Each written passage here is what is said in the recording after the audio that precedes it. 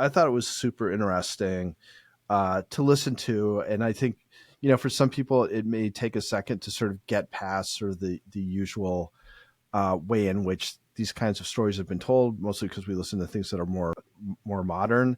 But yeah, like definitely a solid thumbs up. So I'm a mild thumbs up, and I think for me it was pretty dense, and I am used to hearing like a little bit more traditional storytelling. I think what I liked about this, there was a lot of history I didn't know.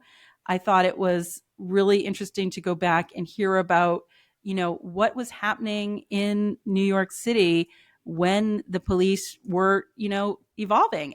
I give this a thumbs up too. I think it is dense, but I actually liked that. And I really like the format of this podcast, how each episode was a standalone and that you could, stop. You could go and listen to the next one like a day later and you're getting a whole new story. I really liked that experience of listening to this podcast. And it's a really interesting podcast. I didn't think I wanted to know how many metric tons of dildos were seized in New York City in the 1800s, but these are the little things that keep podcast listeners coming back. I think it's a great podcast. I think that next time I talk to Leon Neyfakh, he says, you got to listen to this one. This is a great historical podcast, and you'll learn something as well.